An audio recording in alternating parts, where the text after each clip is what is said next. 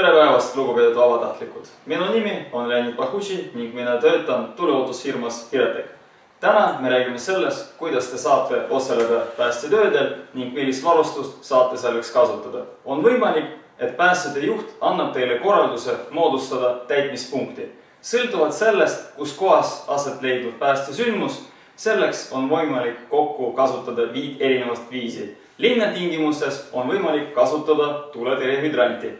Juhul, kui tegemist on kuiva hüdrandiga, siis te saate kasutada ka kuiva hüdranti.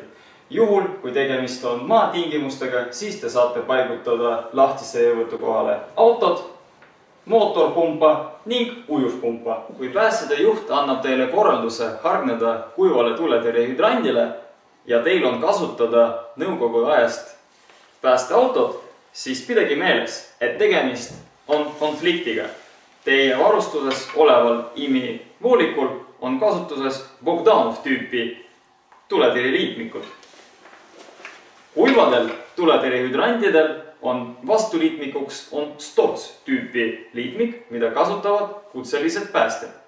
Selle konflikti vältimiseks teie varustuses peab kindlasti olema selline liitmik.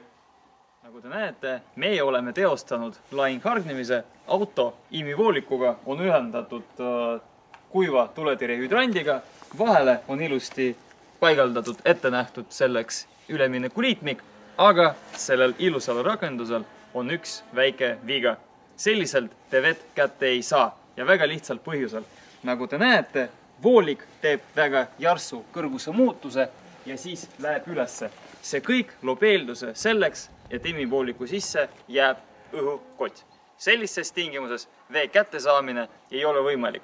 Seda aspekti me oleksime võinud väga lihtsal moel välistada, kui meil oleks varustuses 2-meetrine voolik.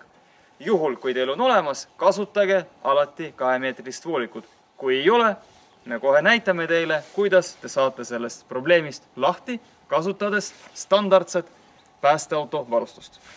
Nagu te näete, antud paigalduse juures me oleme vältinud IMI liini vooliku kõrguse järse muutusi ja mida me oleme selleks kasutanud. Kõigepealt me oleme kasutanud hüdrandi katet, mis on alati teil on olemas. Ning täiendavalt me oleme kasutanud kepredelit, mis on samuti olemas põhiauto varustuses.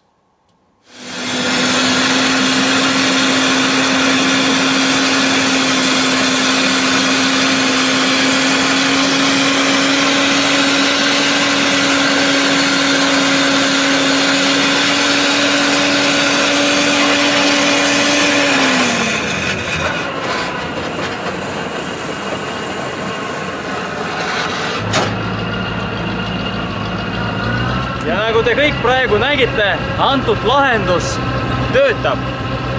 Autojuht oli üksi, suutis paigaldada seda skeemi kokku, voolik jäi paika, ta pole kukkunud, vesi surveliinis on olemas, nii et natukene leidlikkust, taiplikust ja kõik toimib.